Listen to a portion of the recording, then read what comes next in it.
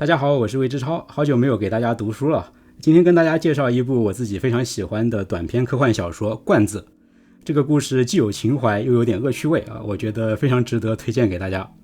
罐子原书标题是 Pots， 翻译成瓶子或者罐子都可以。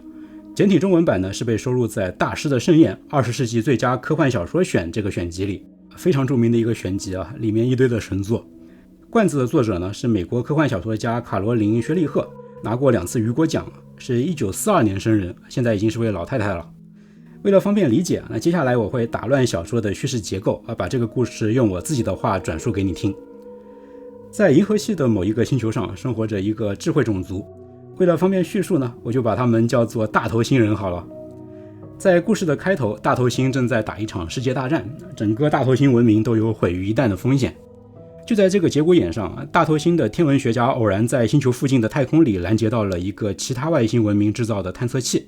一检测之后发现不得了这个探测器已经在太空里漂流了850万年了。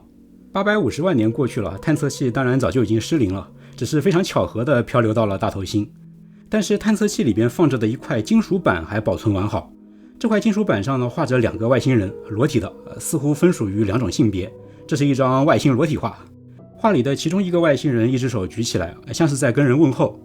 在这2个裸体外星人的下方呢，还画着一张示意图，绘制出了发射这个探测器的文明所在的那个星系的特征。经过一番解读大头星人认为发射这块金属板的那个远古外星文明想要表达的是这样的一个意思：向你致敬，陌生人，我们来自下面这个图里的这个星球，这个恒星系，我们崇尚知识和文明。读到这则信息的陌生人，无论你们是谁，我们不惧怕你们。从这块金属板上能够非常明显地感受到一种浪漫的昂扬的和平主义精神。金属板上的那2个裸体外星人傻乐傻乐的，隔了850万年，大头星人都还能够感受到他们想要传达的那种乐观向上的精气神。就是这么一个有点天真浪漫的东西却大大鼓舞了这个深陷危机的大头星文明。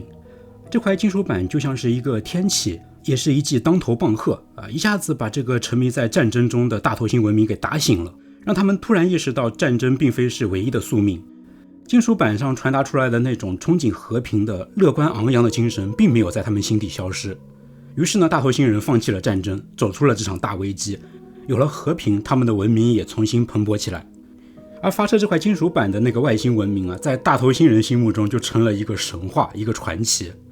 后来呢，随着大头星文明在宇宙中的扩散，这块画着2个裸体外星人的金属板也渐渐成了银河系中的一个图腾。很多年后大头星人历尽千辛万苦，终于找到了发射探测器的那个文明所在的星球。大头星政府派遣了一组星际考古学家降落到那个星球进行考察。结果这些大头星的考古学家们发现那个星球已经是一片荒芜了。这个金属板文明其实早在850万年前，也就是在他们发射了那块金属板之后不久就毁灭了。除了一些超大型建筑和一些大型水坝的残骸之外呢，大头星考古学家在这个荒凉的星球上只找到了一种非常奇特的人造物品，那就是在地层里挖出来的一些瓶子，也就是小说标题里的这个罐子。大头星人考古学家是这样说的：我们发现很多这样的瓶子，它们被大批量的生产，工业化的制造。不仅仅在这块大陆，同样的瓶子在整个星球的所有遗址上都有发掘。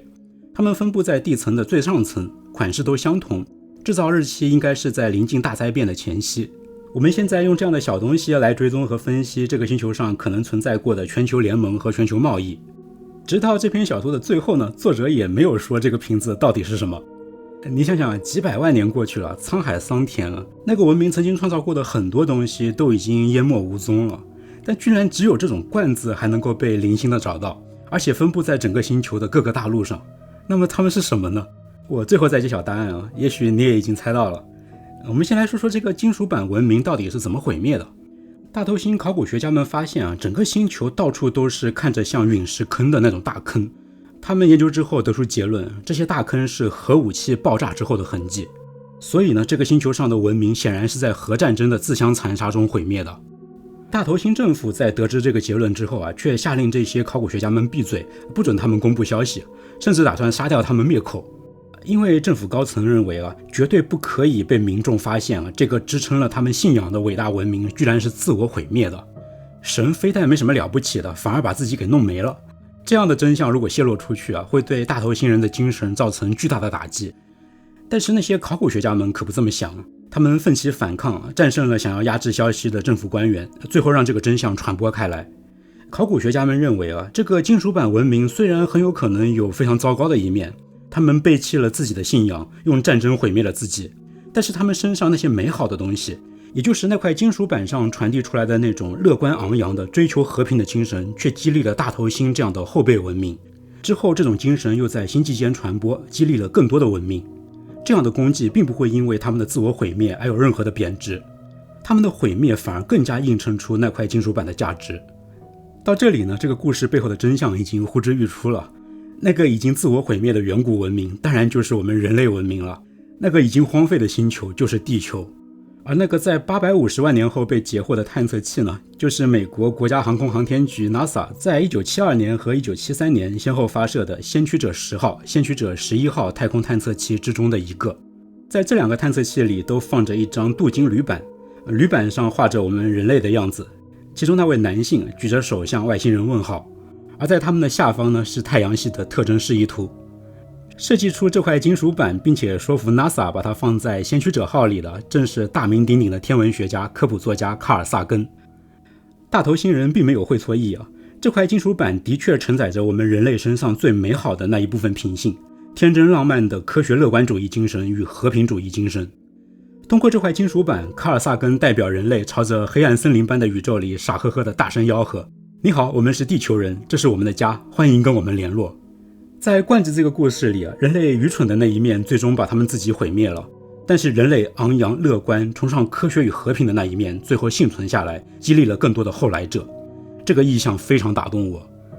那我们最后来看看人类文明的那个遗迹那些瓶子到底是什么呢？根据大头星人考古学家的描述，瓶子有这样的几个特征。第一，它们是工业化大批量生产出来的。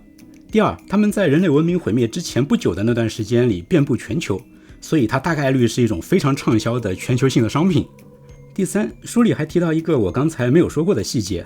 那就是它们的样子是细长的有棱纹的瓶子，也就是瓶子有点细长，上面带着一些棱角分明的竖条纹。那还能是什么？那只可能是可口可乐的最经典的那款玻璃包装瓶时代终会终结，唯有Coke永生。I'd like to teach the world to sing with me.